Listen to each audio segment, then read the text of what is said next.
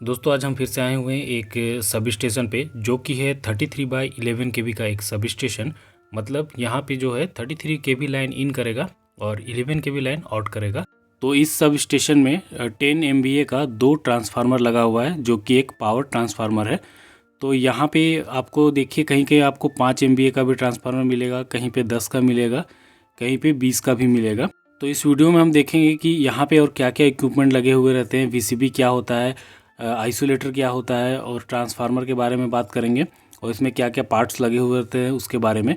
तो चलिए सबसे पहले जहाँ 33 केवी लाइन इन हो रहा है वहाँ पर आपको एक बार हम दिखाते हैं। तो यहाँ पे आपको जो दूर में दिख रहा है सबसे लास्ट में वो एलए लगा हुआ है। थोड़ा सा इसे जूम करके दिखाते हैं। ये एलए है जो कि लाइटनिंग अरेस्टर कहलाता है।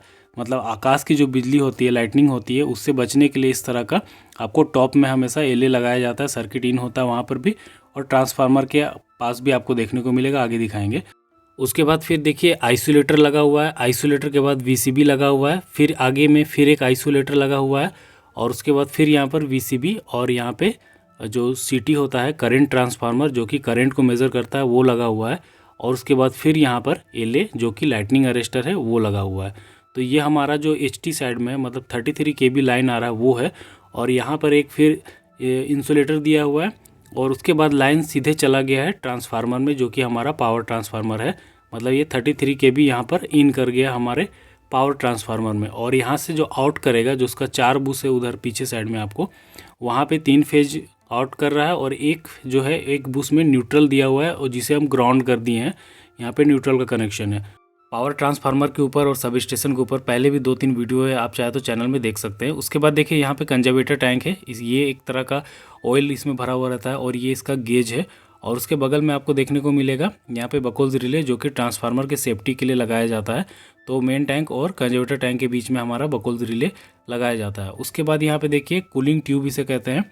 मतलब जो ऑयल होता है उसे ये ठंडा करने के लिए लगाया जाता है। रेडिएटर भी कहते हैं इस तरह। इसमें जो होता है गर्म ऑयल जो होता है ट्रांसफार्मर का वो धीरे धीरे करके इस ट्यूब पे आता है और फिर वापस से ये नीचे की ओर से ट्रांसफार्मर में मेन टैंक में चला जाता है। ठीक है, अब देखिए यहाँ पे और एक ट्रांसफार्मर है। इसमें भी देखिए आपको यहाँ पे टेप चेंजर इसे कहते हैं। ये जो OLTC होता है, शॉर्ट में इसे OLTC कहते हैं, ये ऑन लोड टेप चेंजर कहलाता है। तो इसमें भी आपको एक छोटा सा कंजर्वेटर टैंक ऊपर में लगा हुआ दिख रहा होगा और इसमें ब्रीदर भी लगा हुआ दिख रहा होगा।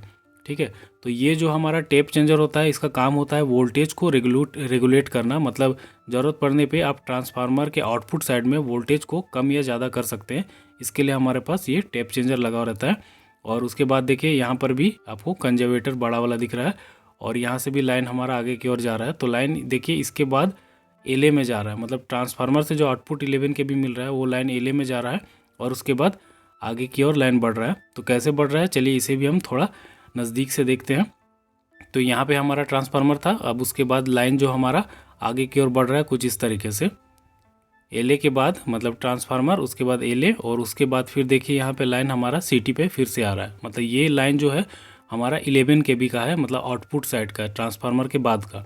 तो यहाँ पे करंट ट्रांसफार्मर है जो कि करंट को मेज़र करेगा और ये हमारा 11 केवी का है। देखिए यहाँ पे आपको जूम करके दिखा रहे हैं 11 केवी करंट ट्रांसफार्मर लिखा हुआ है, शायद आपको ठीक से ना भी दिख रहा हो।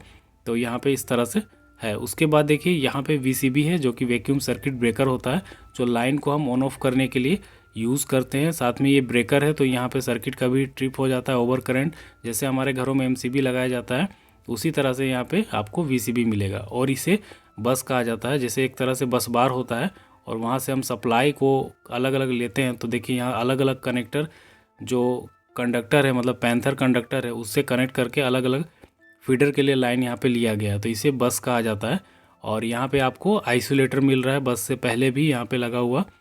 ठीक है, आइसोलेटर भी एक स्विचिंग डिवाइस है जो कि हम सर्किट को ऑन ऑफ करने के लिए यूज़ करते हैं। तो यहाँ पर भी देखिए आइसोलेटर लगा हुआ है। इसका ऑपरेटिंग हैंडल रहता है, इसे हम मैनुअली ही ऑपरेट करते हैं। और आइसोलेटर के बाद फिर से यहाँ पर वैक्यूम सर्किट ब्रेकर लगा हुआ है जो कि हमारा सर्किट को ऑपरेट करने के लिए यहाँ पे लगा होता है। इसके बारे में भी मैंने काफ़ी वीडियो बनाया हुआ है, आप चैनल पे देख सकते हैं। उसके बाद VCB के बाद देखिए यहाँ पे फिर से एक करंट ट्रांसफार्मर मतलब CT लगाया हुआ है जो कि 11 केवी का ही है, क्योंकि इधर का जो आउटपुट लाइन है वो हमारा 11 केवी है।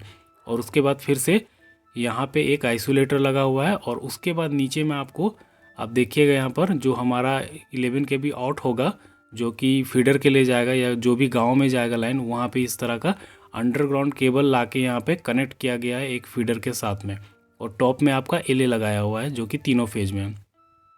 और इधर भी आपको देखने को मिलेगा, मतलब जितना भी फीडर है यहाँ पे 4 फीडर है, तो वहाँ पे आपको चारों फीडर में एलए लगा हुआ मिलेगा टॉप में, ठीक है। और ये जो अंडरग्राउंड केबल है वो भी आपको नज़दीक से दिखाते हैं यहाँ पे।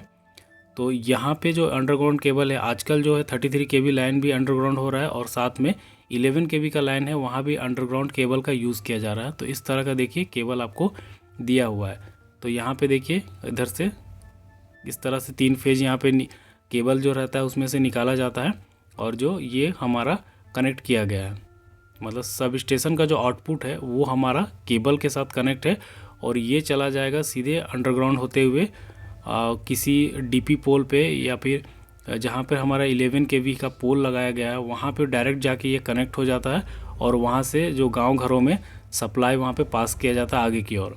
तो आजकल आपको ये सब इस तरह का काम देखने को मिलेगा जो कि अंडरग्राउंड होते जा रहा है, मतलब पोल अब कम कर दिया जा रहा है रोड में आपको या आपके एरिया में धीरे धीरे पोल हटा के अब उसे भूमिगत केबल मतलब अंडरग्राउंड केबल का काम लिया जा रहा है। देखिए यहाँ पे फीडर है, सारे फीडर के लिए ऊपर में टॉप में एलए लगा हुआ है। तो इस तरह से ज़रूरत पड़ने पे यहाँ पे आउटपुट लिया जा सकता है। तो दोस्तों आज का वीडियो यहीं तक, हम मिलेंगे नेक्स्ट वीडियो में। Thank you.